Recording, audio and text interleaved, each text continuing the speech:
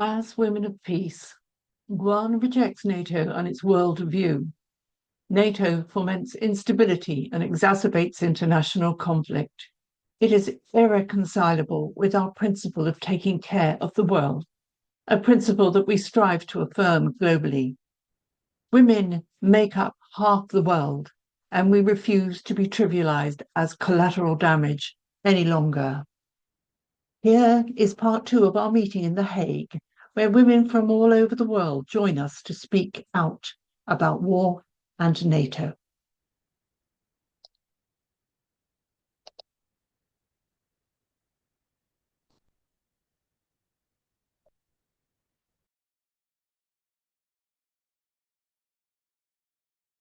Yeah, I'm just going to expand a little on what I said this morning at the conference.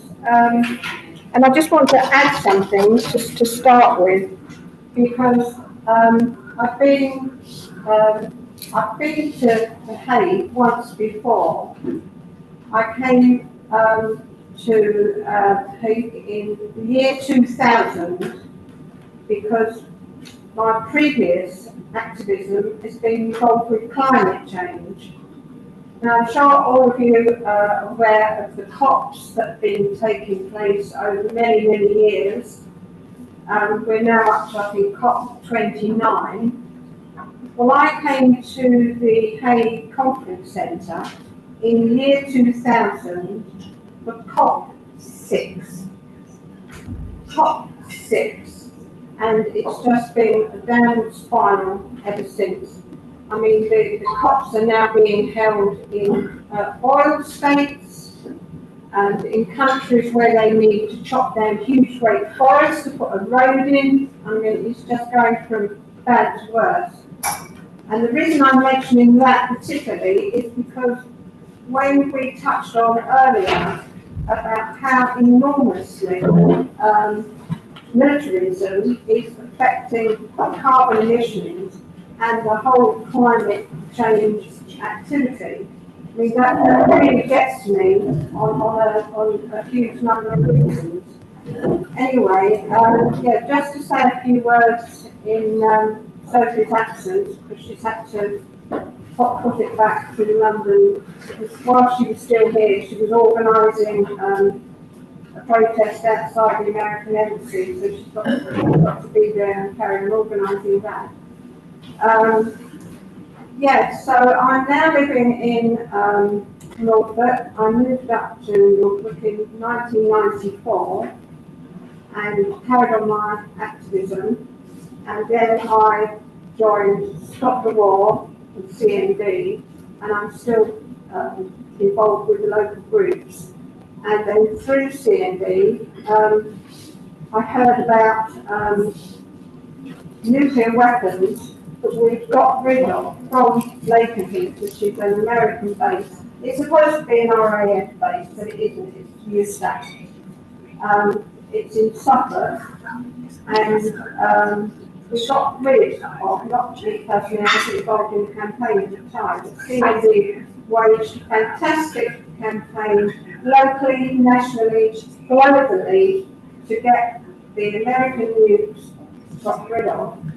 And now they're coming back, which is absolutely outrageous. I've got a few handouts here. I mean, big things pass them around. And what I would really like you to do is to have a look on the website. What came out of the CND outrage about nukes coming back to Suffolk was the Green and Colour women came out of retirement along with all the Marston women and women from Fast Lane and everywhere. And I'm sure I'm going to mention a name that will be familiar to all of you, Angie Zelter, who is a nuclear power in her own right.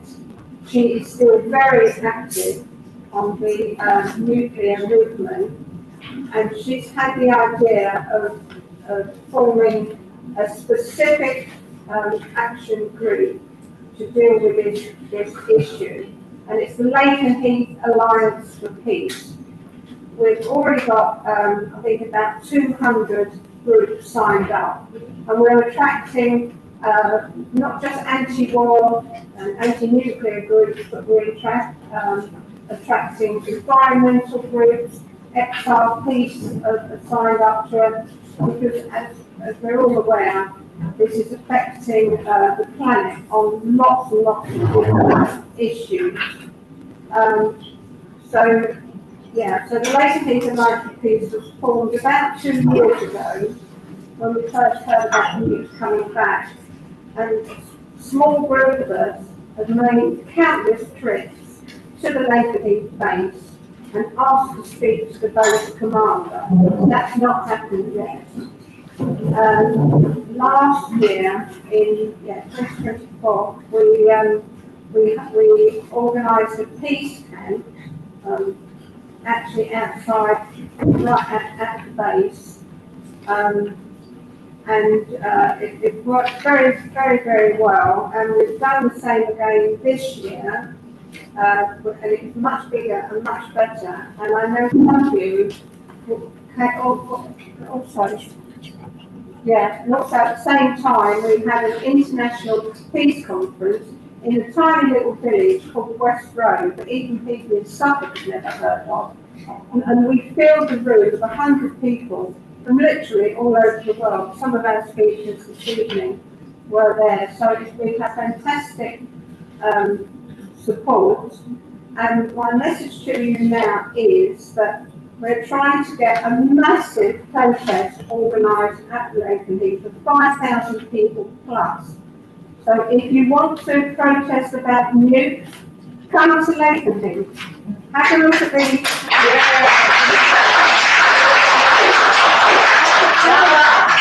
look at the website, sign up, give your support and spread the word. Thank you. Thank you. Thank you. Thank you so much, Jen. I think they can hear you, but I can tell you'll get a wonderful welcome. It's a great, great place to be. But you know, you'll have to stay there because it's right at the end of the Eastern Pyramid.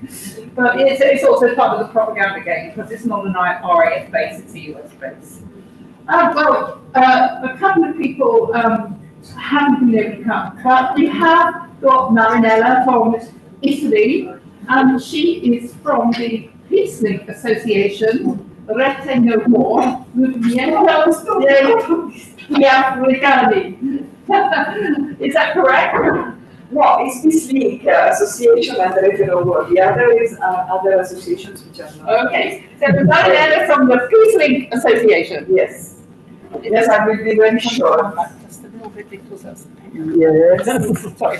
I will be very short. I am an eco-peace activist since a long time, so I share very much what was said about the military emissions and the military pollution. Since the beginning, Italy was a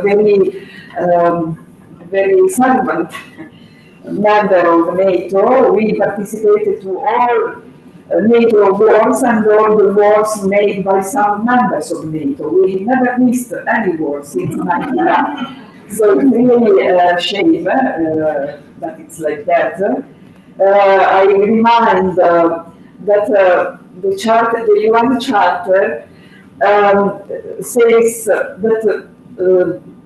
the countries which can enter the United Nations are the peace-loving countries. Do we have peace-loving countries? Not in NATO, unfortunately. Look also at not only the Western countries, but also Turkey. So we know very well. But in spite of many protests, because Italian people are always in the streets, and not, they should do more. But for instance, on Saturday, yesterday, there were 100,000 people in the streets against the rearmament. But the good news, I could not really verify, but the good news is that our Minister of Defense, who is a rightist and involved also in the armament companies, he said that now things are changing. So there is no space for NATO. I mean, there is no why NATO. So follow our Minister of Defense. You will understand. All right. So I'm going to talk a bit about the situation in Germany because everything is falling apart here. You probably heard the German Chancellor Merz has justified the invasion or the war of aggression against Iran, which violates international law, with his sentence, Israel would just do the dirty work for us, and has now obviously buried international law with that. The cynical support of several Western governments today for the next US war of aggression against Iran in violation of international law makes this even more obvious. The German government and its supporters in the olive green and FDP parties are terror supporters with their politics.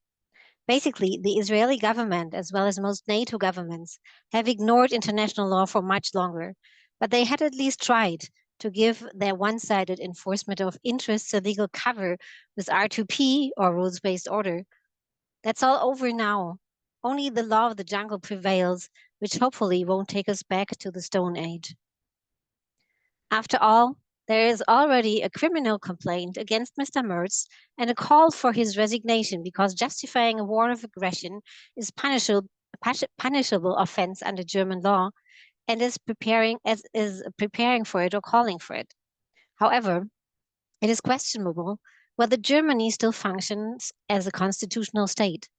Unfortunately, for several years now, people from the peace movements have been defamed, marginalized, and even prosecuted for speaking out in favor of a return to friendly relations with Russia or demonstrating against Israel's genocide against the Palestinians. There are bans on traveling, professional bans, entry bans, the freezing of assets, and most recently, even direct arrest warrants against two people because of their humanitarian aid to children in Donbass and Luhansk. One of these people affected is a colleague of mine on the board of the German Peace Council. The whole operation, which was prepared and accompanied by the media, was obviously primarily aimed at intimidating the peace movement in Germany. So our democracy and freedom are threatened above from within. A reactionary, authoritarian, and militaristic reorganization of the state may be propagated by the right, but it is being implemented by CDU, SPD, Olive Greens, and FDP in Germany. Where are all the insights from the Enlightenment, humanism, and the lessons learned from the Second World War, which brought so much death and destruction? Labels such as good, evil, us versus the others are to be fundamentally rejected from a humanist tradition. Where are reason, prudence, appreciation of creation of this wonderful world, whose greatest plague is always the people who think that war brings anything other than destruction? Destruction of life, resources, the environment, nature, the rule of law, etc. With the Italian Defense Minister Corsetto, one more person has finally understood NATO is a long outdated, brain-dead, obsolete, dangerous war alliance that violently enforces one-sided Western power interests and should have dissolved long ago together with Warsaw Pact. Because as a highly armed and unscrupulous instrument of power that will do anything to hold on to its existence, NATO is the greatest threat to our security in Europe and worldwide. Our interest as Europeans can only be to live in prosperity and peace amongst each other, our neighbors, including Russia. It can, of course, never be in our interest to have another big war. So whose interests do these EU governments clamoring for armament and preparation for war represent? Certainly not those of their people, the European citizens, of us. I was just in Moscow last week.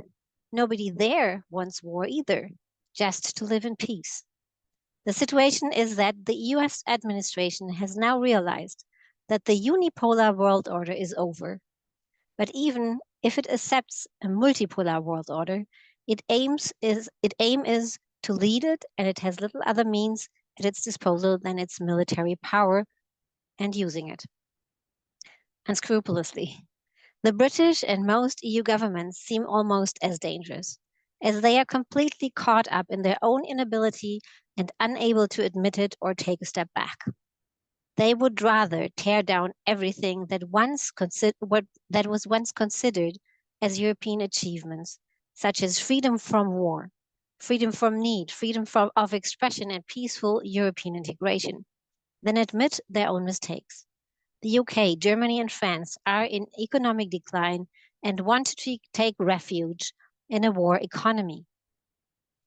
All these countries lack the idea of themselves as well as of a European Union that seems to formulate its definition and common ground only in being against Russia without realizing that it is amputating itself in the process, because European integration can never succeed without Russia. Our independence and sovereignty is being absorbed by the US dominating mechanisms of NATO, the US internet big data and information platforms like Google, Amazon, Facebook, Apple, called GAFA, as well as the far too great dependence on US capital and markets.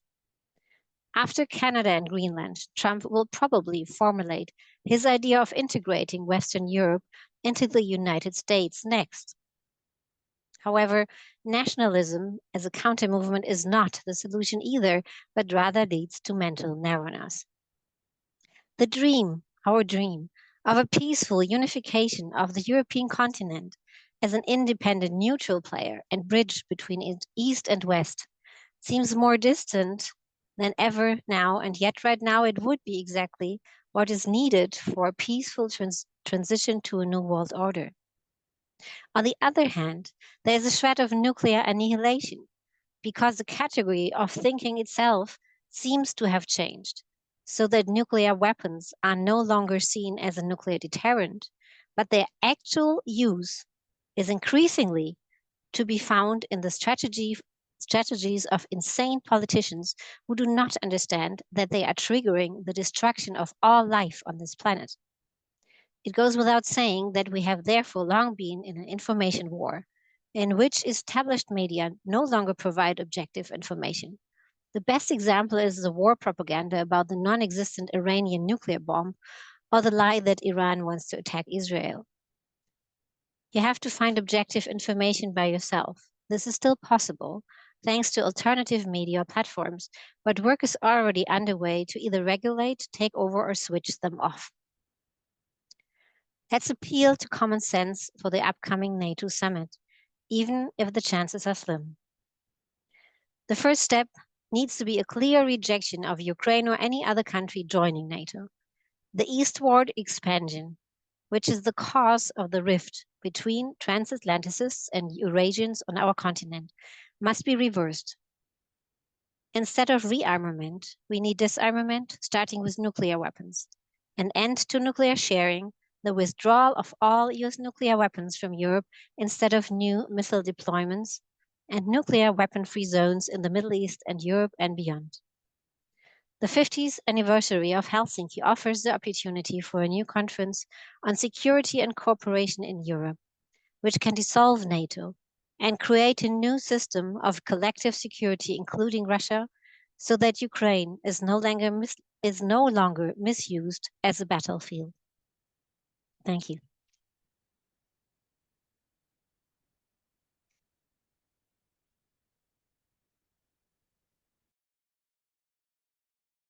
Thank you very, very much, Isabel. You are so right in so many ways. My goodness. Well, next we have Vera Zalka, who has come all the way from Hungary, and she's here for a live presentation. Please, Vera, come here. You are part of GWUAN, you're part of many peace organizations, and you have a very wide understanding. And Vera was actually in one of our more recent webinars about militarization in schools.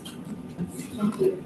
Greetings to everybody, to our sisters and brothers in this peace community, and I'm very much thankful to the women who spoke about other regions and continents, and I would like to, we are very solidary with these issues, and we have to have a wide glance and know about these issues.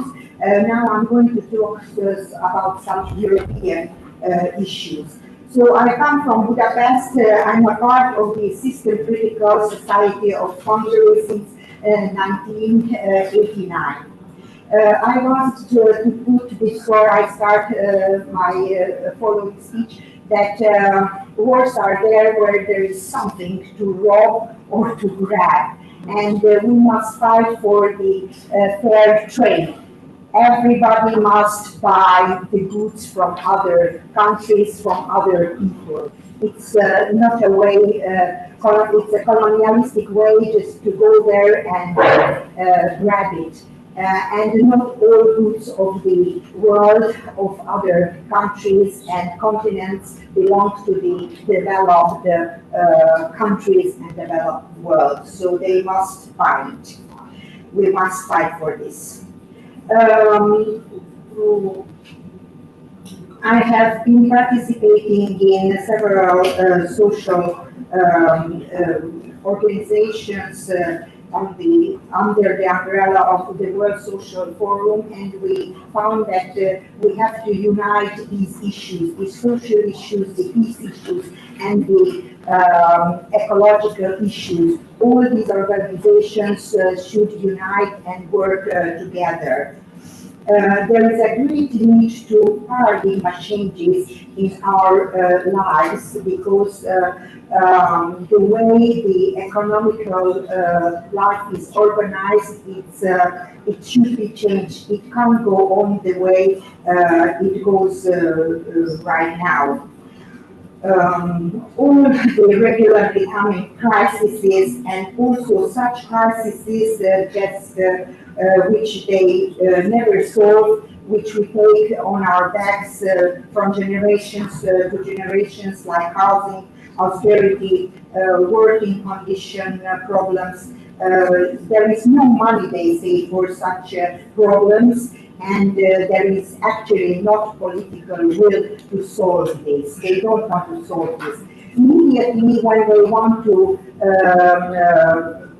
invest in arms, there is always money. They find somehow money for this. So from one side we suffer from these problems. On the other side, patriarchic and many places feudal capitalism is pushing the everlasting development with increasing speed. This type of you have to develop, you have to invent, and newer things, amongst it newer and newer arms. This ideology and this must be questioned. We have to slow down, take our time to think and reorganize all segments of our life and the structure of society. We are developed enough, and but we are badly organized. To take factories, for instance, to the east and even more east seemed a very good idea, but actually they themselves realized that this wasn't a good idea. Trump now wants to take the factories back to US. To be global in the way of capitalist logic, this does not work for the benefit or for the good of the majority. The imperialistic, colonialistic, and very eyed and very hungry factors are in the process. So the traditionally fierce territories of colonial robbing are not enough.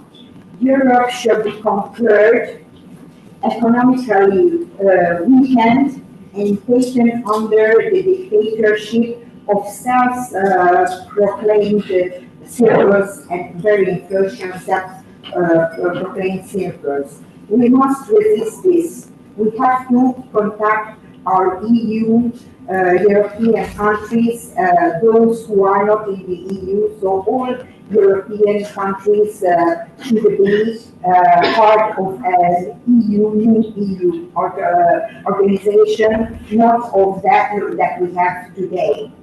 I have to tell you one example. The Baltic countries in St. Petersburg made a conference, and I think we have to make such conferences every year to resist that demand that we don't have to talk with the non-EU European countries. We have to, even if a provoked war is in our time, we have to go and talk to the Russians, Belarusians, and Ukrainians, Serbians, everybody. I would like to, I would talk a lot more. One initiative I would like to put here. We every year remember the Hiroshima and the Nagasaki tragedy. And I have to tell that the Yugoslavian, or the war on the territory of Yugoslavia didn't end. There are people who are still alive and suffering, and there are children who were born with birth defects. So I think we should say the same way every year pay attention that this war is not over because these people are still suffering from the war. So every year we have to remember this. Thank you for your attention.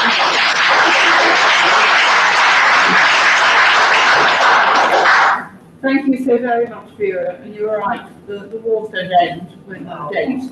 In Iraq, the generational war continues after the depleted uranium that was bombed there, and landmines are the other horror that carry on long after a war would end.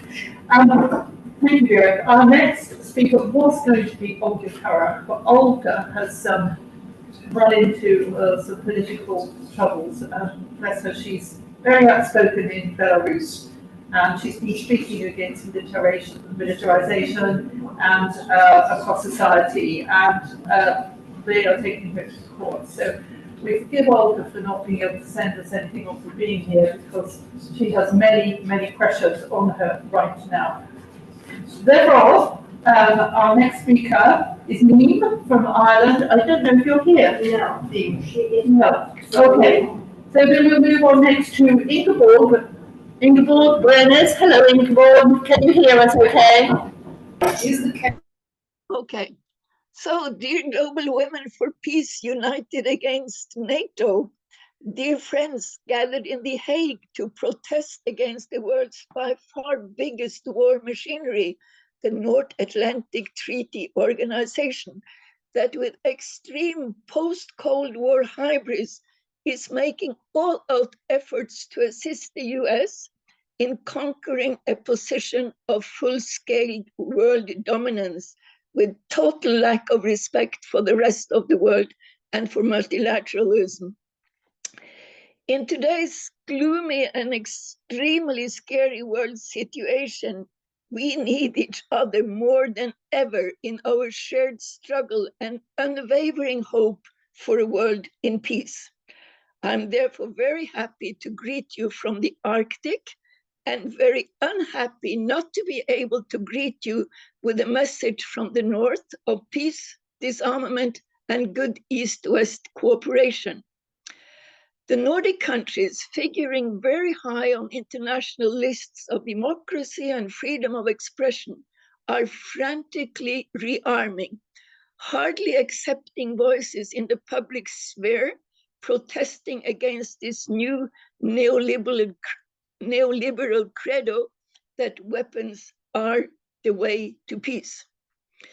Pacifist voices are being sidelined, cancelled, attempted, ridiculed, and even being labeled as traitors belonging to the other side.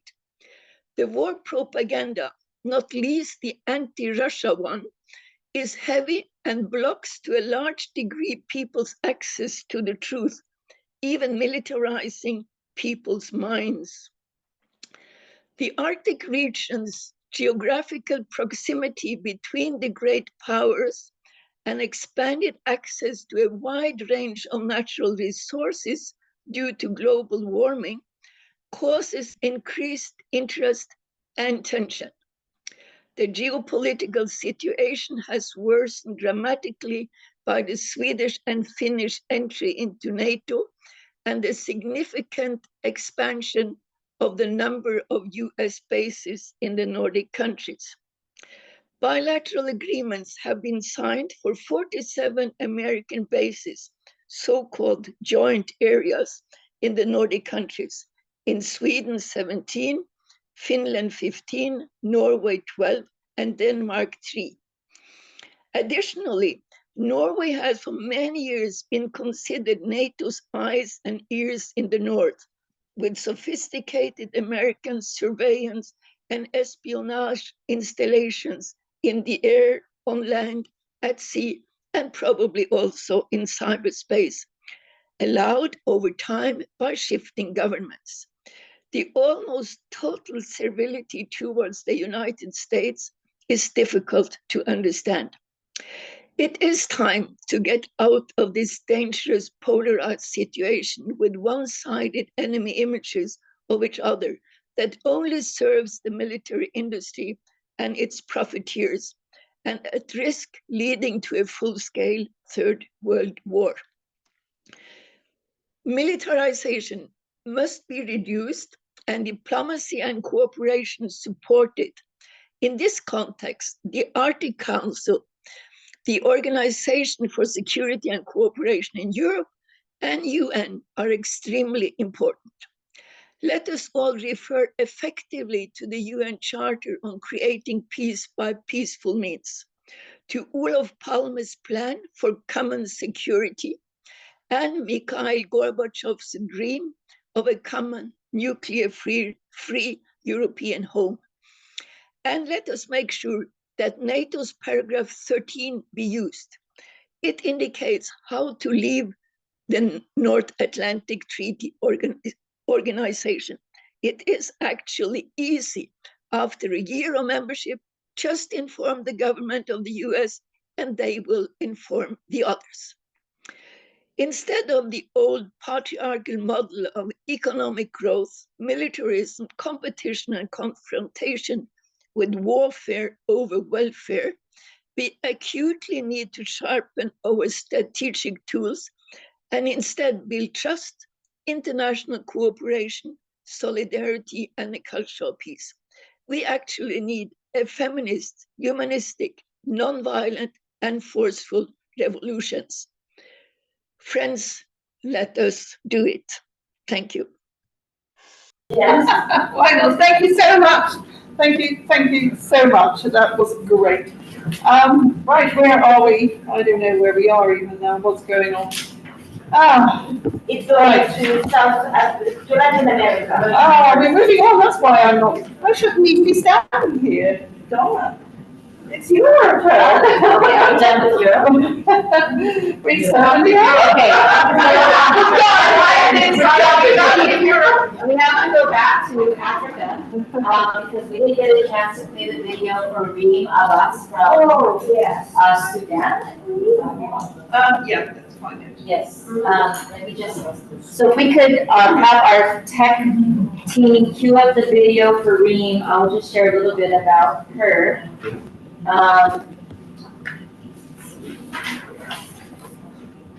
So yes, Reem is a Sudanese writer, journalist, feminist activist, the coordinator for the Sudan Task Force at the Nala Feminist Collective, and is a former member in the coordination committee at the Sudanese Women in Civic and Political Groups, Armansa. She also has hosted Mobilizing Men for Feminist Peace podcast at the Women's International League for Peace and Freedom, and is a co-author of Undoing Resistance, Authoritarianism, and Attacks on the Arts in Sudan's 30 Years of Islamist Rule.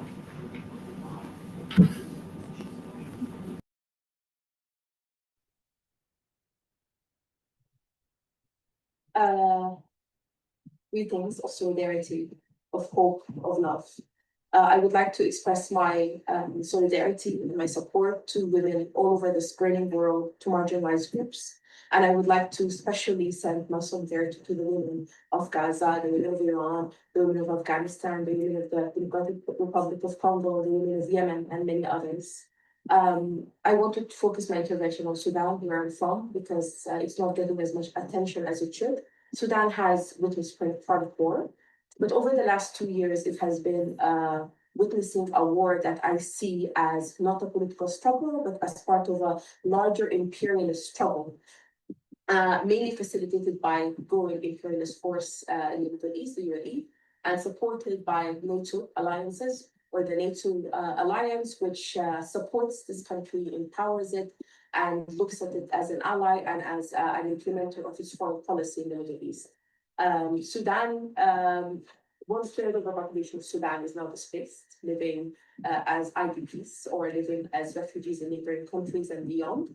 And most of them are women and children. Until now, we do not know the fate of hundreds of women who have been disappeared, who have been kidnapped mainly by paramilitary support that is facilitated and supported and empowered to carry out this imperialist project.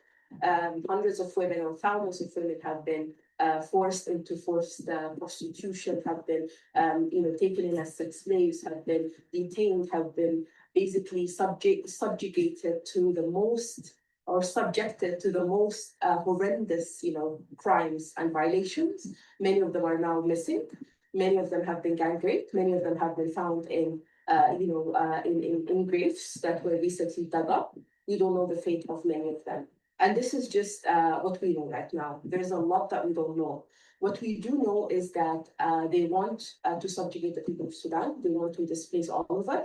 They want us to really just submit to this imperialist project to ensure that they take our resources, that they exploit our land, and we are just basically enslaved, and we are just employed to work on the minefields and on the farmlands for this imperialist machine. But they were surprised because the people of Sudan have been very resilient, have been very resistant of this, of this project. They have been fighting very hard against it. They have been trying to do a lot against it. Women have been working at the grassroots level to make sure that their communities are safe and fed and have and are kept alive, basically. So because just staying alive is a form of resistance right now during this war. We want support, and we want people to know about what's happening, and we want people to look at it beyond this political struggle that is being told in the mainstream media. This is an imperialist war.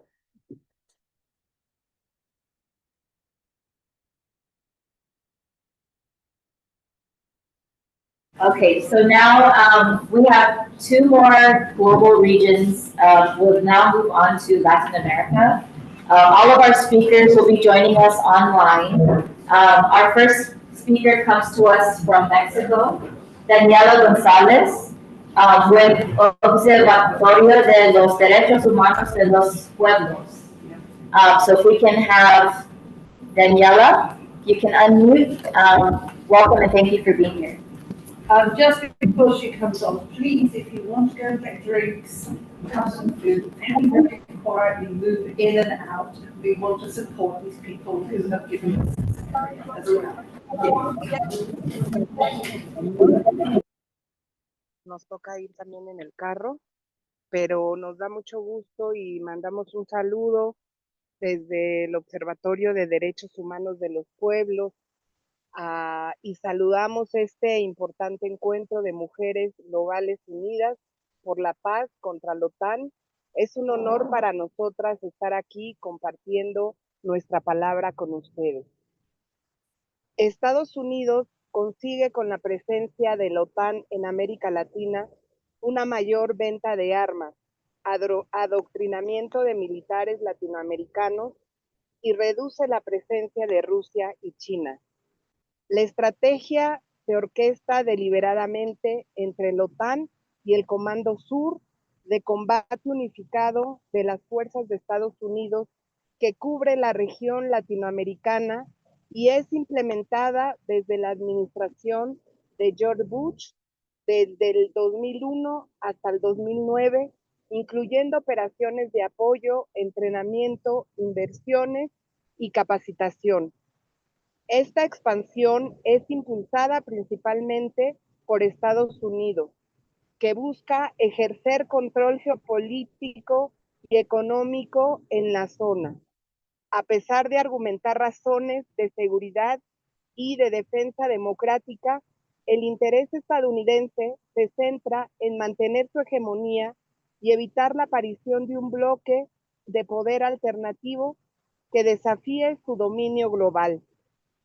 En los últimos años, la influencia y la intervención militar de la OTAN en la región han aumentado significativamente, tanto de manera directa como indirecta. América Latina, con sus abundantes recursos naturales y su potencial económico en crecimiento, podría ser un contrapeso importante a la hegemonía estadounidense y fortalecer las tendencias hacia un orden multipolar, por lo que uno de los principales objetivos de la expansión otanista es evitar este escenario. Por la fuerza bruta o el consentimiento de gobiernos apátridas en América Latina y el Caribe, ha devenido en la práctica una región militarmente ocupada. Basta de violaciones a nuestros derechos humanos colectivos como pueblos. No más impunidad. Alto a las masacres y a los genocidios. Fuera el militarismo y paramilitarismo de nuestros territorios. La militarización es la imposición por la fuerza, es el medio que utilizan los Estados Unidos y la OTAN, entre otros de sus aliados, para imponer su hegemonía, evitar el libre desarrollo de los pueblos y contener a los movimientos sociales que se resisten a estos fenómenos generados por la guerra. También, y de manera brutal, contribuyen a la destrucción ecológica en todo el planeta, siendo uno de los principales responsables del cambio climático. Uno de los principales aliados de los Estados Unidos, Israel, ha utilizado a Palestina como laboratorio para sus herramientas de ocupación y ha exportado sus tecnologías opresivas a todo el mundo. Por eso, los pueblos desde México nos unimos en todo el mundo contra el apartheid. Israel es un régimen sionista de ocupación que no solo practica el robo de las tierras palestinas, encerrando a millones de personas dentro de muros, destruyendo casa tras casa de las palestinas y palestinos, con la excusa de la seguridad y cometiendo un apartheid, sino también detiene a las dueñas y dueños originales de esta tierra, dejándoles sin juicio en las cárceles de ocupación. Israel ha impuesto una cultura necrófila de tierra arrasada para expandir su poder a través de la invasión, el despojo contra el pueblo palestino y otros pueblos. Todo lo anterior con la complicidad y apoyo total de Estados Unidos, la Unión Europea, la OTAN y otros actores más. El brutal genocidio que lleva 76 años cometiéndose en Palestina representa un atentado contra la dignidad humana. Por ello, como pueblos originarios desde México, nos unimos contra este modelo imperialista, colonial, racista, patriarcal, que ocupa, se adueña de nuestros bienes naturales y territorios. Ratificamos nuestro compromiso de lucha por la libertad plena, el fin del apartheid, la ocupación y el fin del genocidio que sufre el pueblo palestino, símbolo de dignidad y resistencia heroica. Ante un mundo plagado de injusticias y exclusiones, continuamos uniéndonos para su transformación y lograr constituirnos en un mundo capaz de reconocer la diversidad humana y hacer prevalecer la vida sobre la muerte y la destrucción. Queremos vivir en paz desde América Latina hasta Palestina y todos los territorios del mundo. Esto significa avanzar en la construcción de sociedades justas, guiadas por la solidaridad y plenas en sus capacidades para desarrollarse libres y soberanamente. Nuestro continente debe ser un territorio de paz, libre de bases militares y de armas nucleares. Desde el Observatorio de Derechos Humanos de los Pueblos, siempre defenderemos las banderas de la unidad y la integración de nuestra América Latina. Hacemos un llamado a desarrollar una campaña permanente por la paz, a manifestarnos en todos los rincones del mundo contra la guerra, por la paz, la soberanía y la autodeterminación de los pueblos. Nuestro proyecto es por la vida, la colectividad, el diálogo, el respeto a nuestra madre tierra, una paz con justicia social, dignidad y libertad, una paz que no se quede en las palabras, una paz que tenga amor y que construya, una paz sin violadores del derecho, una paz encarnada en la conciencia, una paz que dignifique a la existencia, una paz con dignidad. Muchas gracias, hermanas de todo el mundo.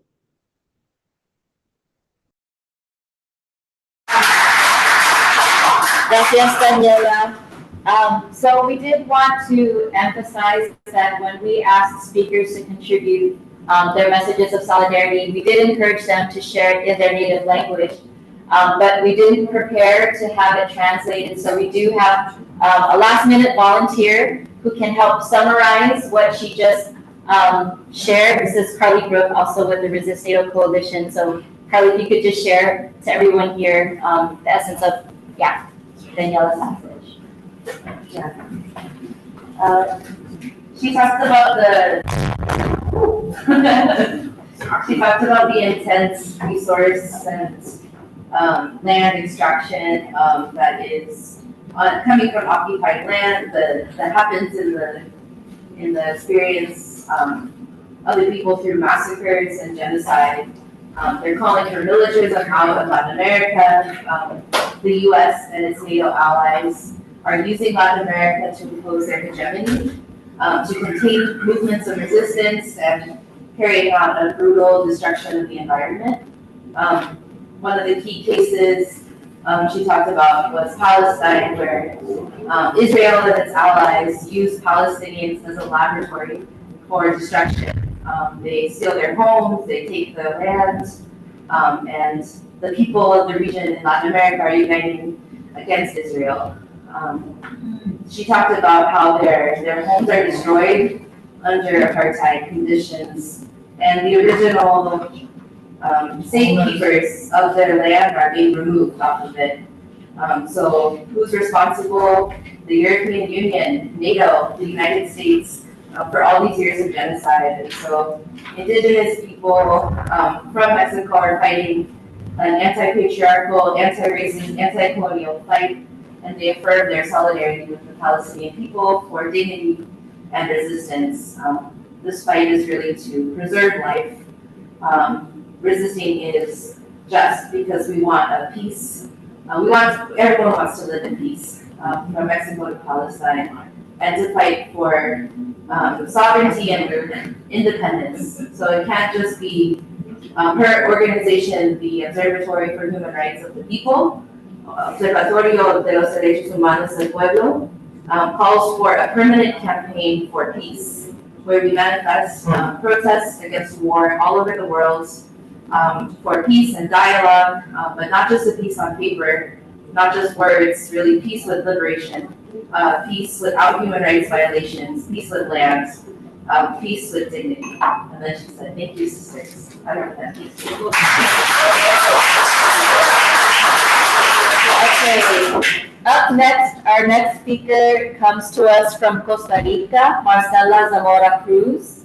She's a business administrator by profession, and an alternative communication initiative by vocation. She's an activist and human rights defender, and a member of the Friends for Peace Center and the School of the Americas Watch movement based in Costa Rica. She's also a member of the Human Rights Commission and the Commission Against Militarism, Militarization, as well as on the board of directors. So please welcome Marcela Zamora Cruz. Muy buenas tardes. Les saludo desde Costa Rica. Como se dijo, mi nombre es Marcela Zamora Cruz. Pertenezco al Centro de Amigos para la Paz, que es una organización interreligiosa cuyo objetivo es buscar la paz y la justicia social a través de los medios no violentos, de acuerdo con la filosofía y la práctica cuáquera, fundada en 1983 por cuáqueros, otros centroamericanos y estadounidenses residentes en el país.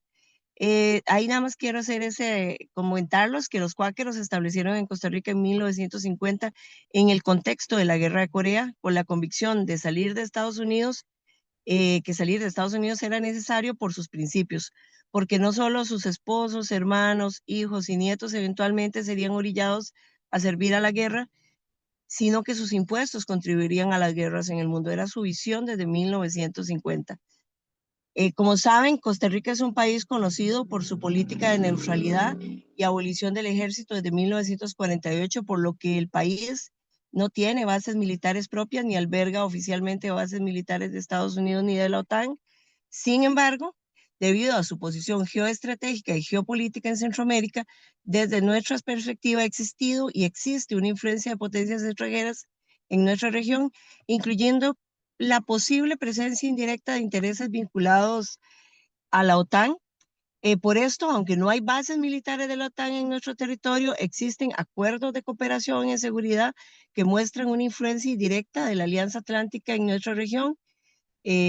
Clara, ¿verdad? O sea, eso lo tenemos muy claro. La Constitución Política de Costa Rica en 1949 establece que el país no tendrá fuerzas armadas permanentes, lo que ha sido un pilar de nuestra identidad nacional e internacional. A pesar de esto, Costa Rica mantiene acuerdos de cooperación en seguridad con varios países, incluyendo Estados Unidos. Estos acuerdos se centran en la lucha contra el narcotráfico y el crimen organizado, no incluyen la instalación formalmente de bases militares extranjeras, pero estos acuerdos podrían ser un primer paso hacia una mayor militarización, tensan los límites de nuestra neutralidad y representan un riesgo permanente, aunque el gobierno insiste que son acuerdos técnicos sin compromisos bélicos. Ejemplos de esto en el contexto de cooperación de seguridad entre Costa Rica y Estados Unidos, el murciélago ha sido un punto de controversia. Se trata de una instalación de radar ubicada en la península de Nicoya que ha sido asociada con el monitoreo de narcotráfico y posibles operaciones encubiertas. No es una base de la OTAN, pero su operación con apoyo estadounidense refleja cómo Costa Rica intenta balancear la neutralidad con la necesidad de combatir el narcotráfico. Mientras no haya tropas extranjeras estacionadas, no se considera una violación a la abolición del ejército, pero sigue siendo un punto de debate porque no hay transparencia sobre los acuerdos con Estados Unidos. En esta instalación, aunque el personal costarricense opera el radar, ha habido denuncias de que agentes estadounidenses podrían tener acceso a la información recolectada, y también esta instalación se ha usado para coordinar interdicciones marítimas con el Comando Sur de Estados Unidos. De la misma manera, hemos cuestionado el radar ubicado en el Pacífico, en la isla del Coco, que es un emblema en el tema de biodiversidad muy cerca de la isla Galápagos.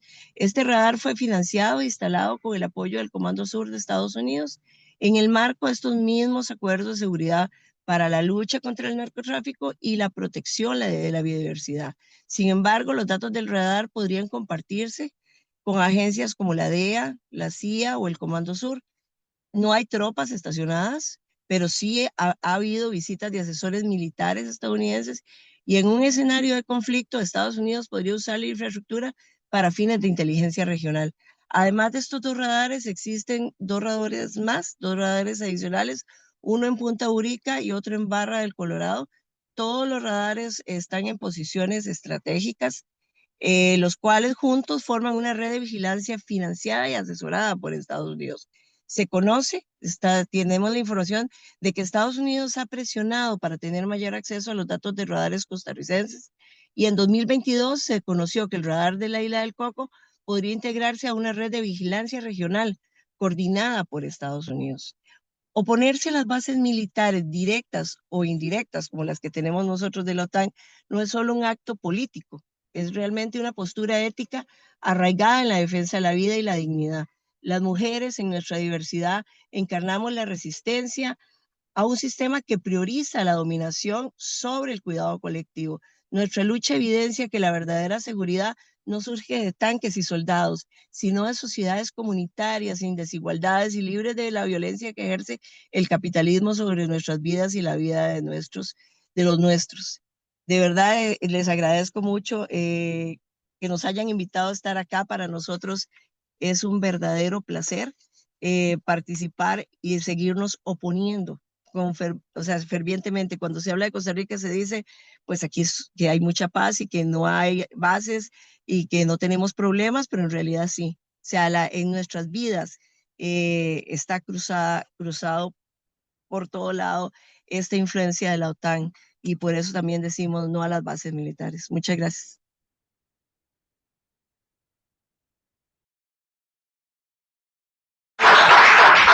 Gracias, Marcela. So our final speaker for Latin America comes to us from Argentina. Oh, sorry. Yeah. Let's do a quick translation and then we'll introduce the next speaker. Quick summary. Yeah, so she started the School of the Americas Watch. She talked about the history a little bit, and basically Costa Rica is known for being a very peaceful country. There's no direct military bases, but because of its geopolitical and strategic importance, it still carries out the interests of NATO. It does that through a few things like cooperation agreements, security agreements, and they have so-called neutrality, but that's constantly being threatened because the US is pushing to get more and more into Costa Rica. And it reflects the government of Costa Rica's allegiance. There's an issue of a radar station that's being pushed for, especially in 2022. There was a lot of resistance against this radar station. It's being set up in name to help with preventing drug trafficking and to protect biodiversity. But really it's being operated without transparency by the CIA and the South Command. Southcom, and it has visits by the US military. So they're fighting against that. They're fighting, not a political fight, but a fight for dignity and a society for peace. Yes, so no to NATO and no military bases. Yeah. Thank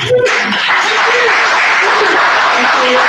Thanks, Carly, for that summary.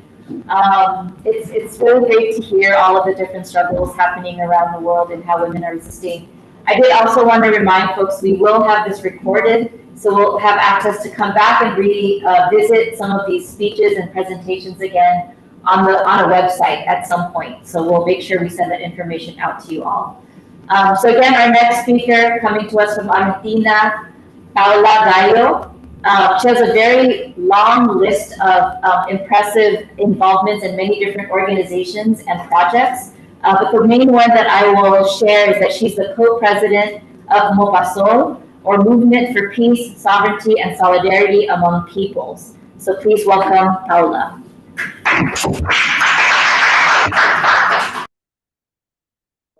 Hola a todos y a todas, queridos compañeros y compañeras que luchan por la paz en el mundo.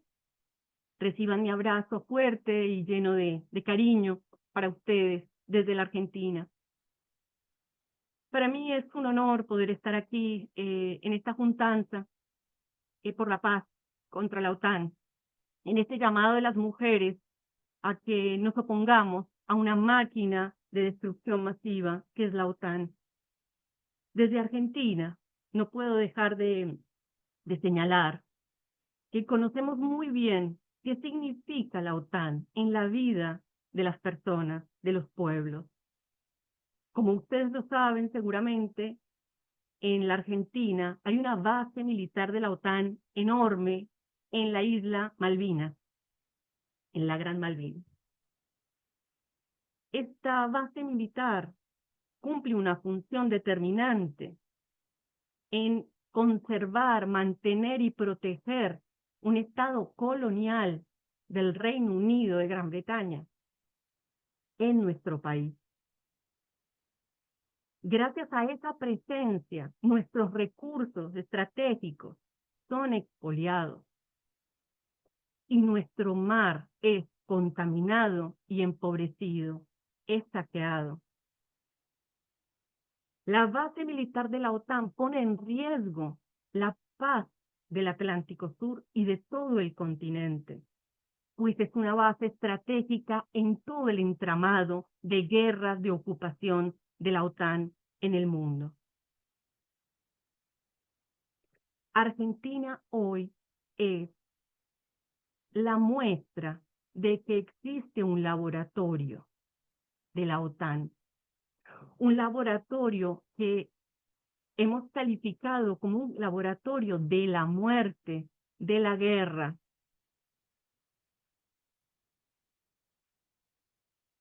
Esas dos comandos de la OTAN, que uno de ellos se creó en el año 2003, uno es el comando de transformación y el otro es el comando de operaciones, funcionan los dos con profunda influencia en la Argentina. Y quiero decirlo rápido porque sé que tengo poco tiempo, pero no quiero dejar de mencionarlo. El comando de transformación de la OTAN habla en su página web, ustedes lo pueden leer, de dos ámbitos fundamentales para su trabajo de transformación de la OTAN, para enfrentar la seguridad de la OTAN, ¿no? Que es garantizar en realidad el colonialismo y la ocupación, el apartheid. Uno de ellos es el cambio climático y el otro es la guerra cognitiva. La Argentina hoy se explica en gran medida lo que nos está pasando de estar gobernados por un fascista, gracias a este proceso de guerra cognitiva a la que se ha visto sometida nuestro pueblo.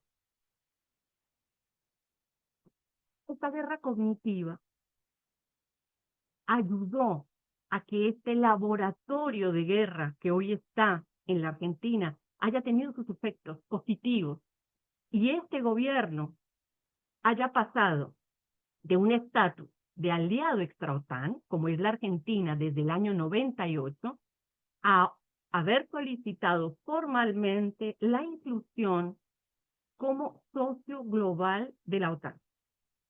Y acá quiero detenerme para describir la situación continental, brevemente. Como ya dije, todas las bases de la OTAN en nuestro continente están garantizando la existencia de las colonias de la Unión Europea en nuestro continente. Eso ya las hace ilegales. Eso ya las hace ilegales porque el colonialismo es ilegal. Naciones Unidas así lo declaró. Pero, además de garantizar el colonialismo en nuestro continente, la OTAN entiende que este es su patio trasero y debe disputarlo con China. Esta es una disputa que puede destruir a nuestros pueblos. ¿Por qué? Porque se ha incrementado la presencia militar de la OTAN. Colombia es socio global de la OTAN desde el año 2016, cuando firmó la paz con las FARC-EP. Esto lo pone en una situación sumamente delicada. Es importante que Colombia salga de este estatus, que abandone este estatus. Colombia no va a poder avanzar hacia esa paz total si es un socio global de la OTAN. Brasil es aliado extra-OTAN. Con Bolsonaro ingresó en el 2018. Y la Argentina es un aliado extra-OTAN desde el 98. Entonces, aquí nos encontramos con el segundo escenario de este comando de transformación de la OTAN, que es el cambio climático. Porque Colombia garantiza la gestión del cambio climático por la OTAN en el Amazonas y Brasil. Y Argentina garantiza a la OTAN, esa presencia en Argentina de la OTAN, garantiza la gestión militar del cambio climático en la Antártida y el Atlántico Sur. Estamos hablando de que la Antártida es la reserva de agua del mundo y el Atlántico Sur es el mar más rico del mundo. Pero además es un espacio marítimo estratégico en cualquier tipo de guerra. Cuando hablamos de la lucha contra el cambio climático, sabemos muy bien que en los pueblos estamos clamando por justicia climática Justicia climática es ante todo descolonización, desmilitarización. Descarbonización significa descolonizar y desmilitarizar. Pero la OTAN tiene hipótesis de conflicto y de trabajo frente al cambio climático, y es solo militar. Porque lo único que se le ocurre a la OTAN para enfrentar el cambio climático es poner a funcionar sus fuerzas con baterías de litio o energías renovables. Pero con esas energías renovables va y destruye países enteros, Libia, Irak, Afganistán. Eso no es transformación. Eso no es enfrentar el cambio climático. No es descarbonizar la guerra. No implica justicia climática. Y esto es importante denunciarlo. La transformación energética no nos va a solucionar el drama del cambio climático, no a nuestros pueblos. Nuestros pueblos necesitan descolonización. Y la institución que soporta el colonialismo en el mundo se llama OTAN. OTAN.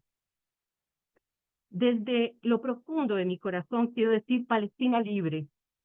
Desde lo profundo de mi corazón condeno el ilegal ataque de Israel y de Estados Unidos contra Irán. Están violando todas las normas internacionales que quedaban en pie. Necesitamos pensar un nuevo sistema internacional. Los pueblos tienen que clamar por un nuevo sistema internacional. Para terminar, quiero decir, como mujeres, desde Argentina, hemos comprendido que después de tantos años de lucha, hay algo que comprendimos, y es que todas las luchas tienen que unirse. Todas las luchas tienen que unirse. No podemos seguir luchando de forma fragmentada. Pueblos originarios, mujeres, comunidad LGTBQ+, todos separados, afrodescendientes, no. Tenemos que unirnos.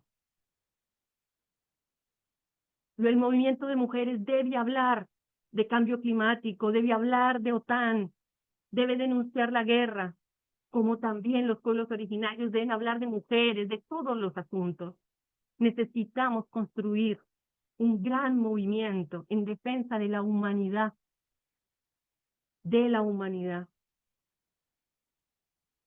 Quiero terminar mi intervención diciendo que la esperanza no podemos abandonarla. Que aunque estemos muy cerca quizás de una guerra atroz para la humanidad, el derecho de las futuras generaciones es un derecho que nos debe llenar de esperanza. Estar juntos hoy nos debe llenar de esperanza. Y hay grandes aprendizajes en la lucha de cada una de sus organizaciones, en cada uno de ustedes, en cada una de ustedes. Necesitamos contarnos esas experiencias, aprender de ellas, estar juntos y juntas mucho más tiempo, coordinar acciones. Con enorme gratitud les mando un abrazo muy grande, cariñoso. Y este encuentro me ha dado mucha esperanza. Saber que no estamos solos y que no estamos solas es muy importante para mantener la esperanza. Un gran abrazo desde Argentina. Gracias.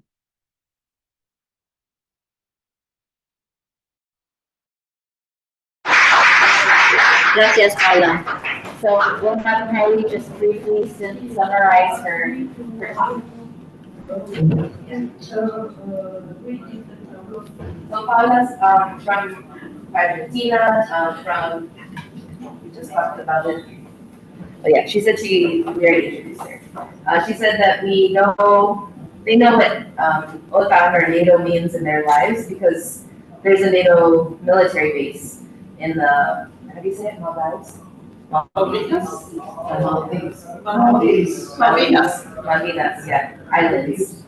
And they say it's and it's really there to conserve and protect a colonialism in the country because of the strategic place that it's in, but it's deeply contaminating the ocean, and it's one of the richest, the South Atlantic is one of the richest oceans in the world.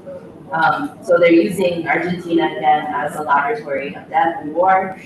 There's expansion of that base, and there's two commands. One is operations and one is transformation, NATO transformation. And both of those are used by the fascist Argentinian government since it's a NATO ally. And then she talked a little bit about the Colombia and Brazil as other NATO allies in Latin America, and how they maintain colonialism there. And that NATO understands what it's doing. There's also a major climate impact. So on the one side, they say that they care about climate change and they have all these commitments on climate, but then they support war through NATO. So they're demanding, when you say you demand climate justice, you also have to demand demilitarization. And so we need a really great movement, a big movement in defense of humanity, and we can't abandon our hope because peace is our right, and we need to coordinate action and learn from each other. And because we're not alone, we can't forget about hope, because we have each other. Yeah.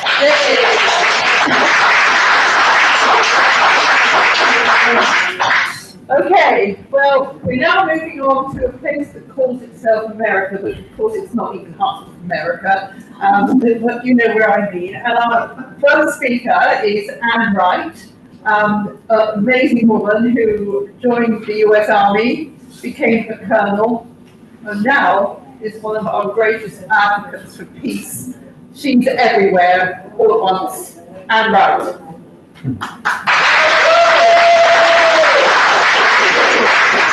Well, first, let us, on behalf of all of us that live in the United States of America, give our apologies again to what our country is doing to this world, and particularly this morning again when the United States attacked Iran.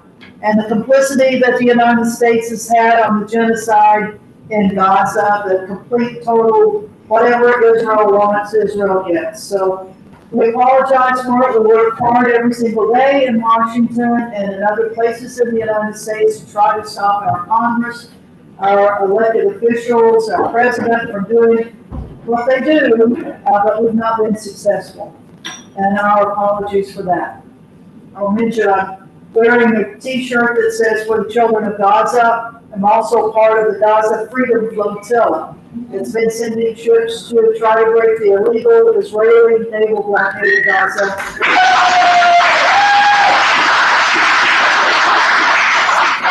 In 2008, the Free Gaza movement got 5 ships, actually, or little boats, into Gaza. And since 2008, we've been unsuccessful in getting boats into Gaza, but each time one of the 35 boats that we've sent has been on a mission, it has gotten publicity for what's going on in Gaza. The main thing with the running of these boats is to get more world attention on what the Israelis are doing to the people of Gaza.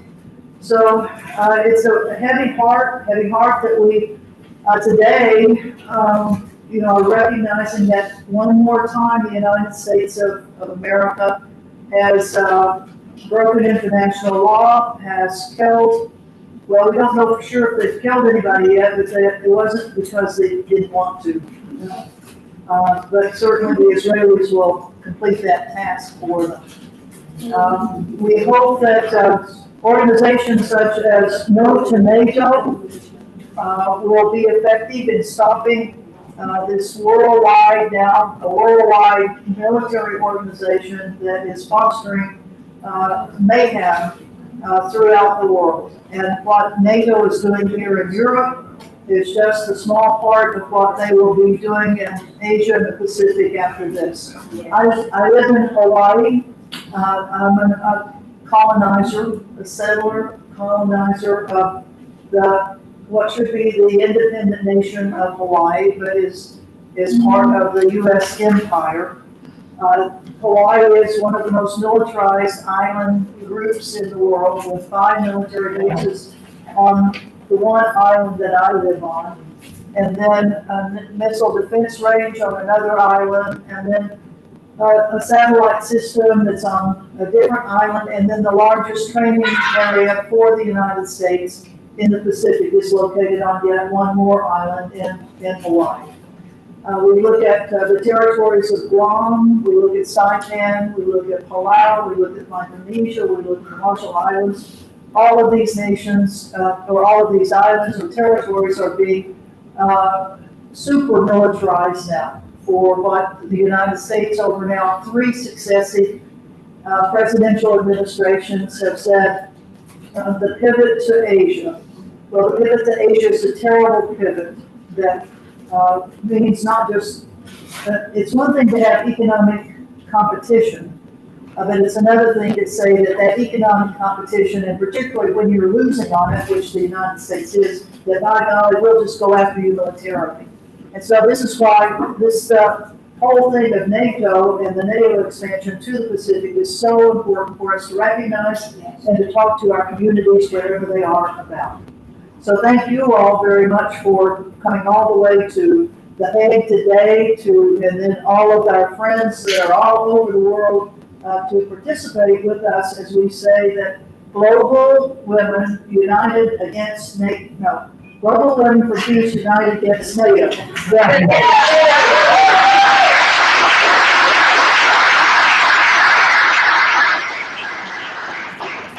That was lovely, Anne. Thank you very much. And she sticks to the time as well. That's what the Army does for you. Right next, Wanda Ramirez, who is member of the Global Secretariat of the Resist US War Network and organizer for the Resist NATO Coalition. So, Wanda, I'm not going to say any more. The floor is yours.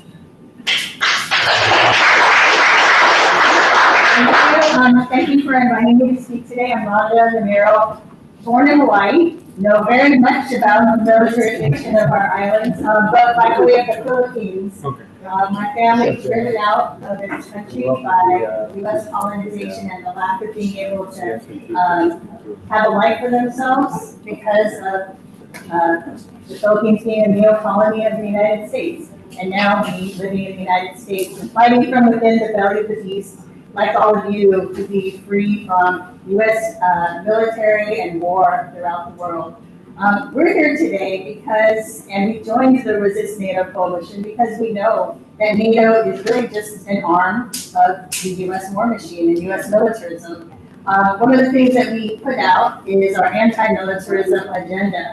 And one of the top campaigns in it is to fight against U.S. military alliances. There are so many in the world, but our number one is NATO because of how wide-reaching it is and because it really is the most dominant one with all the G7 countries, except Japan, being part of it. Japan has a special relationship with it too. And how far-reaching its impacts are on the people. And so we have a campaign to resist NATO as this arm of U.S. militarization and war throughout the world. I'm just gonna, because I want to be respectful of the time, I'm just gonna read our statement so I don't go off track too much. But the Resist U.S.-led War movement stands with the hundreds, actually 10,000 people marching in the streets today and the millions worldwide protesting NATO's annual summit this year here in The Hague. Across the globe, people are rising up to demand the end of history's most aggressive imperialist war alliance, which is NATO. NATO functions as the armed wing of U.S. imperialism, masking wars of aggression as collective defense. Total bullshit, right? Since founding, NATO, led by the U.S., has funded wars of aggression, covert military operations to destabilize countries, and increase militarization of its members. In the 1990s alone, the U.S. and NATO led NATO to conduct several operations with this interest in mind, from direct intervention to protect U.S. oil interests in Kuwait and Iraq to the bombing campaigns in Yugoslavia. NATO's expansion and militarization have fueled the rise of far-right movements across Europe, which I think some people talked about earlier today, enabling xenophobia, racism, and state repression. While some right-wing parties may claim to oppose NATO, all of them, we know, push for higher military spending to profit from war, a hallmark of this alliance. NATO countries, no matter who the ruling party is, use their militarist agenda to suppress people's resistance by targeting oppressed people, migrants, and nations in the global south at the behest of the imperialist class. And I think all of the speakers from Latin America spoke directly to that point. NATO's impacts go far beyond the North Atlantic, as we were just hearing. In the 21st century, NATO has gone far beyond the North Atlantic, backing U.S. invasions and the 20-year occupation of Afghanistan. In 2011, it bombed Libya, killing at least 70 civilians. And more recently, NATO's aggressive eastward expansion and broken promises helped to trigger the 2022 Ukraine proxy war against Russia. NATO fully backs Israel, and we've all been saying that today, a major non-NATO ally through the Mediterranean Security Dialogue, providing it with military and political support. And its main suppliers of weapons to the Zionist occupation are all NATO members. NATO effectively supplies the bombs used against Palestinians, Lebanese, Yemenis, and Iranians in this Zionist war of settler colonial expansionism. Though some NATO states sanction far-right Israeli officials, all remain committed to protecting the Zionist entity. This strategy of imperial expansion aligns with NATO's broader NATO 2030 initiative launched at its 2021 summit to extend the alliance's global reach. Beyond reinforcing support for the Zionist entity, NATO is deepening military ties with Colombia, Jordan, Tunisia, and Kuwait while expanding missions in Iraq and courting Arab and Gulf states. And crucially, NATO has now declared both Russia and China as top security threats, justifying this whole militarized push into the Asia Pacific, as Anne just said, boosting armed investments, war games, and alliances with repressive regimes like Japan and the Republic of Korea. But as we saw today, the people fight against NATO, and the majority of people across oppose more war, ballooning military budgets, and expansion of nuclear arsenals, and the construction of new bases, everything that NATO stands for. Because there cannot be any genuine peace in the world as long as NATO exists, the people have been waging resistance to NATO and US-led war. Marches, bike rides, die-ins, protests, concerts, many different forms of actions against NATO are held every year after year, and sometimes day after day. Counter summits like those held yesterday are held wherever NATO is. NATO cannot conduct its summits without people waging resistance. The core of the resistance against NATO are those directly affected by its policies, its base expansion, and on the receiving end of the bombs that it drops, supplies, and deploys. People fighting for their national liberation by any means necessary also take up arms in self-defense, fighting against occupation and militarization of their communities. NATO's existence makes true peace impossible, so its defeat will be a victory for all oppressed peoples. Resist NATO and build just peace. Thank you.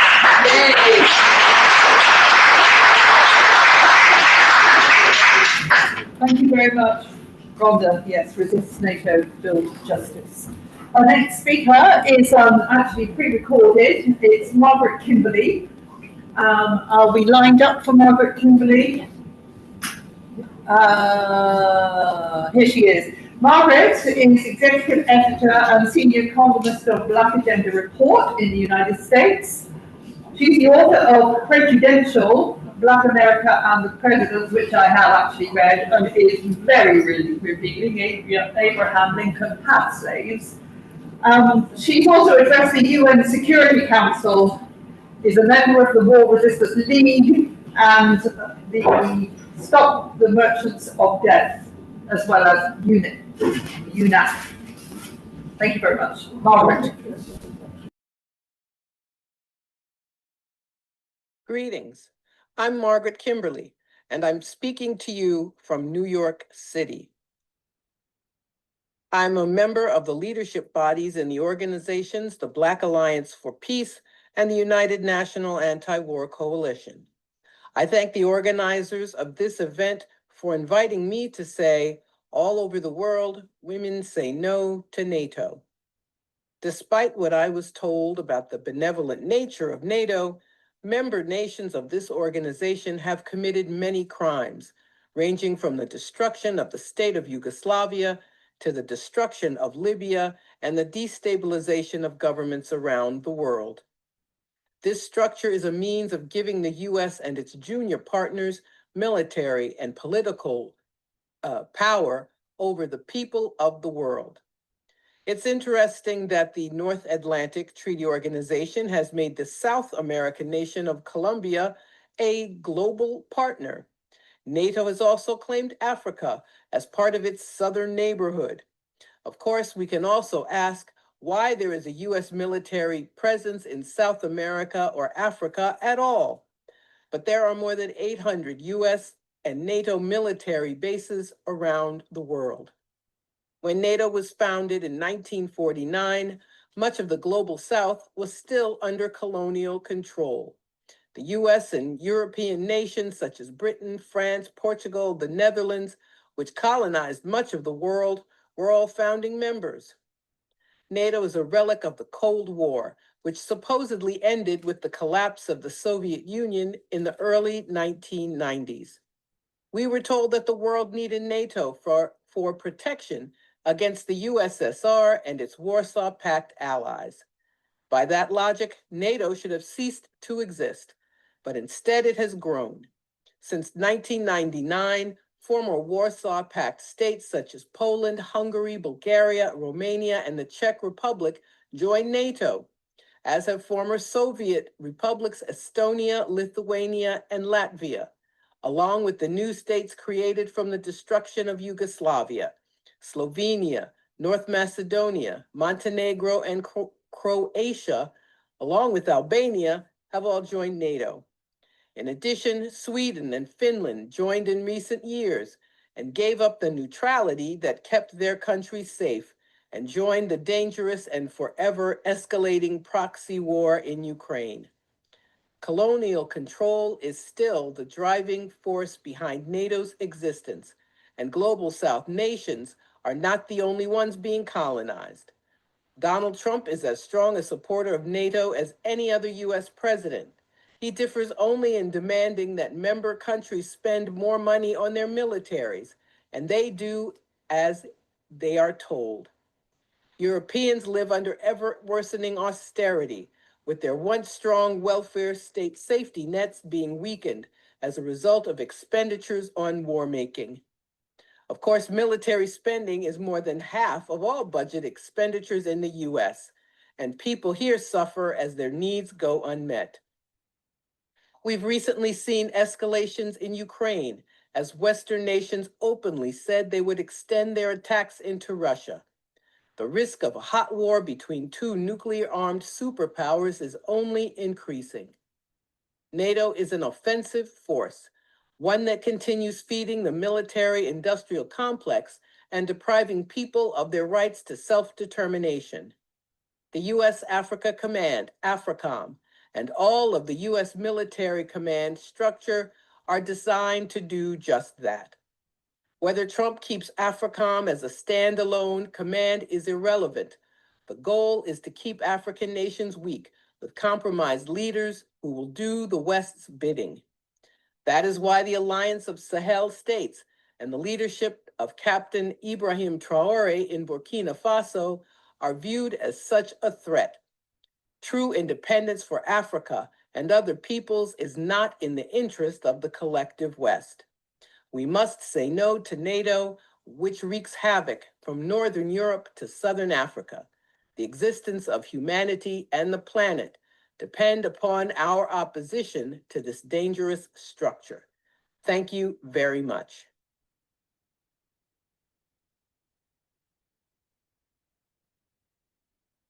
That was great. I'm saying thank you, Margaret. She can't hear me. Thank you, Margaret, anyway.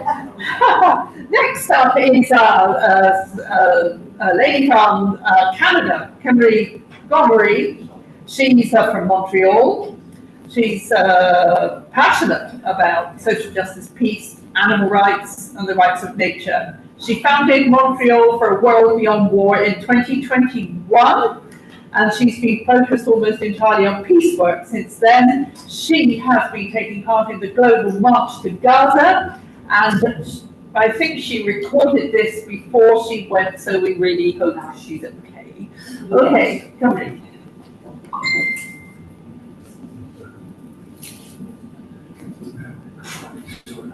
I'm sorry, I missed the name. Greetings, global women, for peace, and thank you for your solidarity as we gather today to call for the abolition of NATO. As the coordinator of the Montreal, Canada chapter of World Beyond War, an abolitionist organization, I recognize that NATO is one of the pillars of militarism that has to be abolished in order to achieve lasting peace.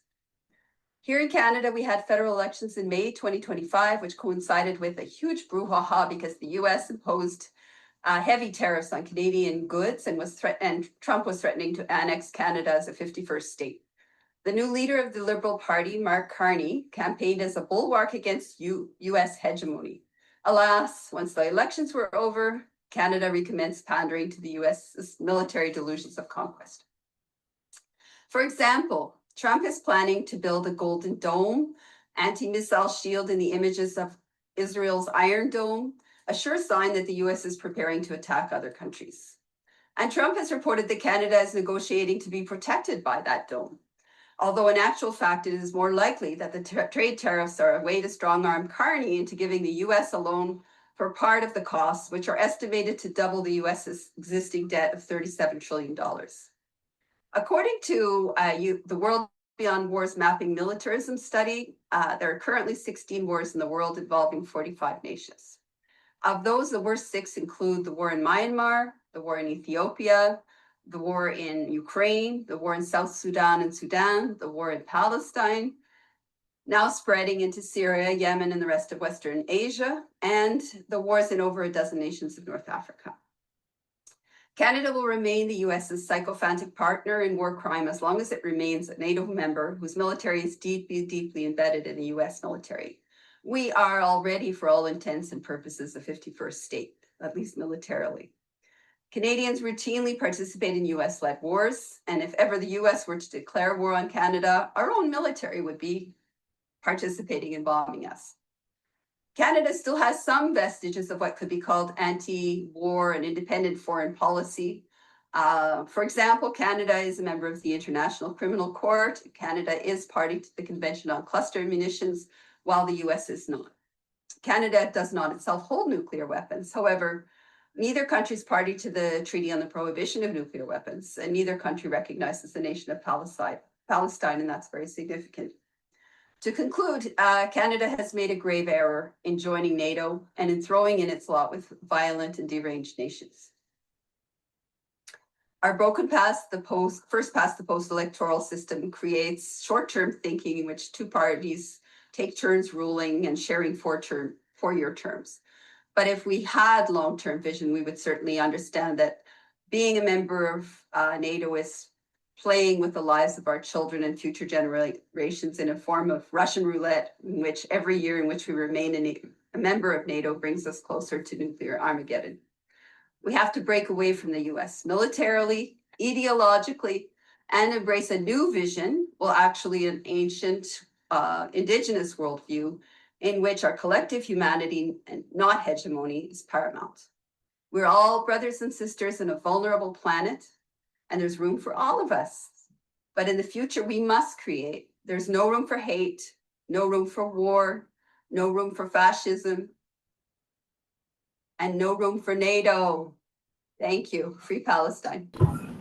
So Patricia, the Reverend Dr. Patricia Leeson, is a minister of the Church of Canada, located in Montreal, Quebec, in Canada. She currently serves as the vice chairperson of the International Coalition for Human Rights in the Philippines. Additionally, she's a prominent figure in interfaith dialogue and action, serving as the co-chairperson of the Interfaith International Network. All right, let's listen to Patricia now. Thank you. In June 2025, the government of Canada announced a significant increase in defense spending to meet NATO's long-standing target of allocating 2% of the GDP to military budgets. This move has broad geopolitical implications, but equally important are the domestic, economic, and ethical consequences of this allocation of public resources. From a feminist perspective, this policy shift warrants deep scrutiny. NATO, on the surface, has embraced the women, peace, and security agenda, encouraging the participation of women in peace operations, diplomacy, and security policy making. Canada has played a leading role, resulting in a higher female representation within military and foreign policy spheres. This achievement, while important, should not be accepted without deeper scrutiny. Feminist scholars, particularly those from critical security studies, caution against the rise of militarized feminism, where gender inclusion is used to legitimize military power. This co-opting turns feminist ideals into strategic instruments, reinforcing rather than challenging patriarchal structures and systems of structural violence. More urgently, the Canadian government's pledge to increase military spending, potentially by tens of billions, will have real domestic consequences. Canadian feminist economists Armin Yeltsin and Isabel Baker remind us that military budgets crowd out social investments. Every Canadian dollar diverted to defense is a dollar not spent on subsidized childcare, affordable housing, healthcare, and public services. Programs disproportionately relied upon by women, especially racialized, low-income, and single mothers. There is also a profound contradiction between Canada's so-called feminist foreign policy and its alignment with military allegiance. Those interventions have often harmed civilian populations, especially women. NATO's reliance on nuclear deterrence and its history of involvement in conflicts with high civilian casualties raise ethical concerns. From a feminist perspective, true security is not achieved through weapons or war, but through sustained investment in human dignity, care, and social infrastructure. In conclusion, a feminist approach demands more than inclusion in militarized systems. It calls for a fundamental reimagining of security itself. Canadian security should not be defined by GDP spending targets or the size of an arsenal, but by social justice, accessible healthcare, affordable housing, quality education, and a livable planet. As Canada prepares to meet NATO's defense targets, feminist voices must insist that care, not coercion, define our public commitments. A future worth building is one where investment in peace and dignity take precedent over military alignment and armed deterrence. Thank you.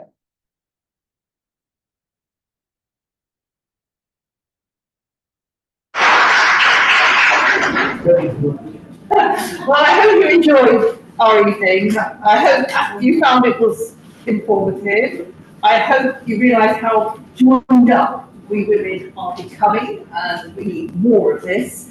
But to finish now, I'm going to hand to Ulla, who really started all this. So Ulla, come on. No, I didn't start all this. Ulla? We have crazy women from the US, from Italy, from, I don't remember, but we were many.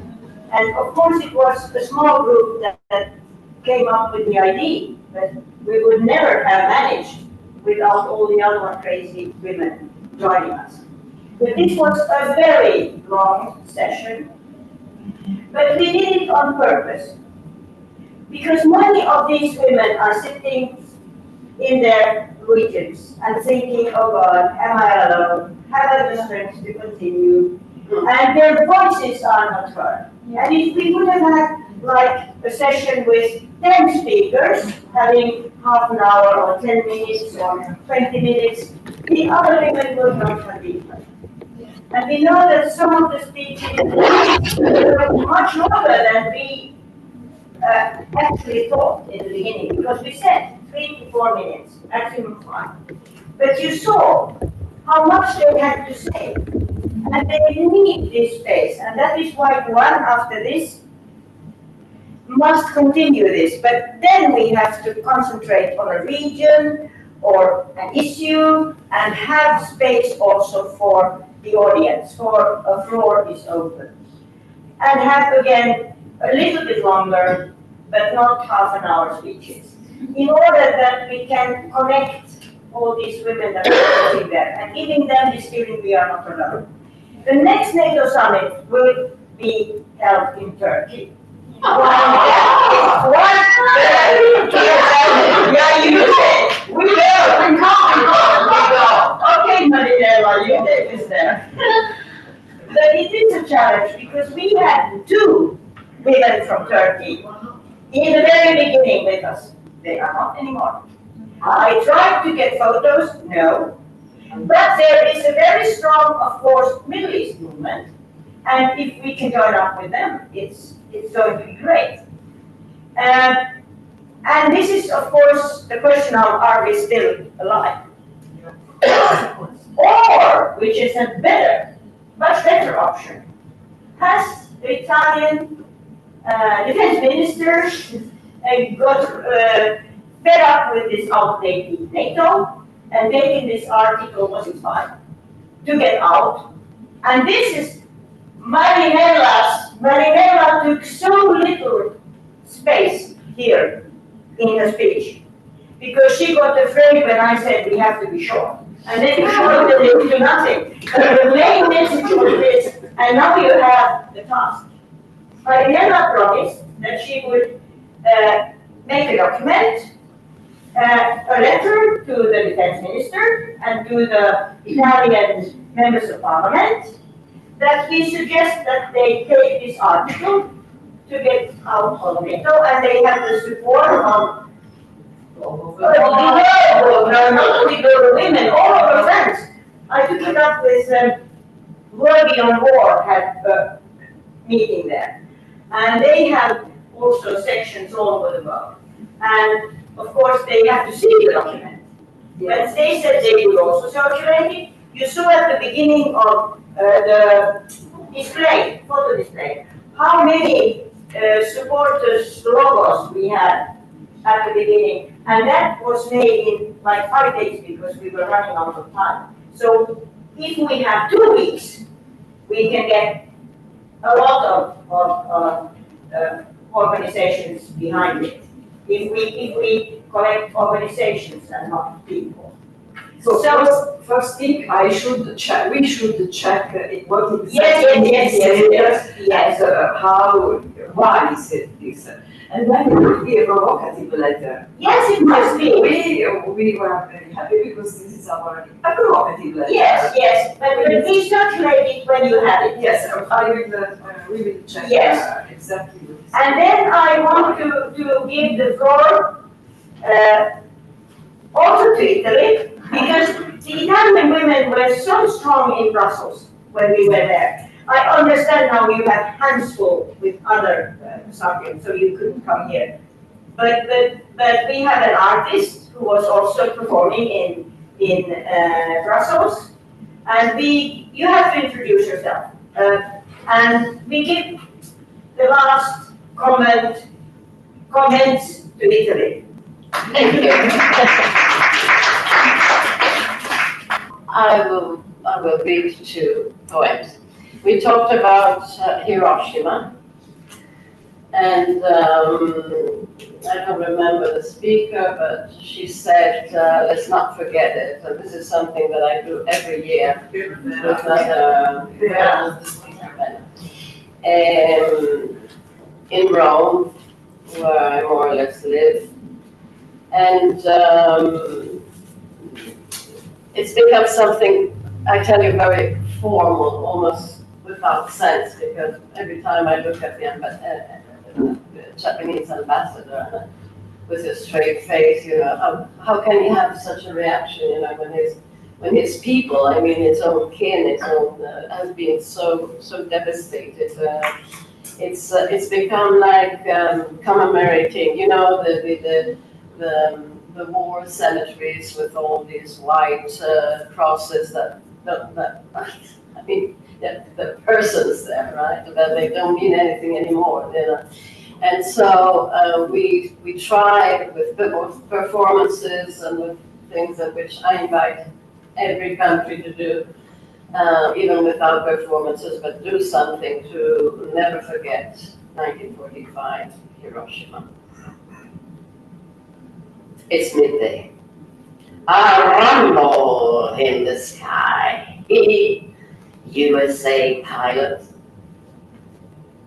A thumb on the button, chewing gum, and a cynical smile. And of the people down there, eyes up, and their uncertain faces. Nothing is left but black shadows on white marble, traces of living bodies, ashes, before time. Hey, shadow, what are you waiting for? I've lost my body. Hey, bodies, where are you? Your shadows are waiting for you. They're over there, alone, with the others.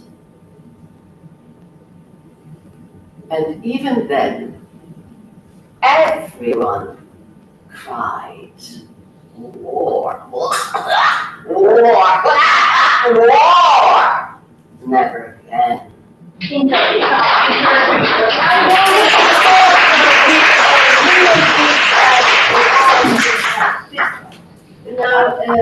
Here, the whole day with us, and to all the Eva and Liem and GWUAN and ourselves, yes, and UNEP who have supported this, and of course to Pippa and Donna who have done the moderating under very, very, very difficult circumstances, and you never want to know.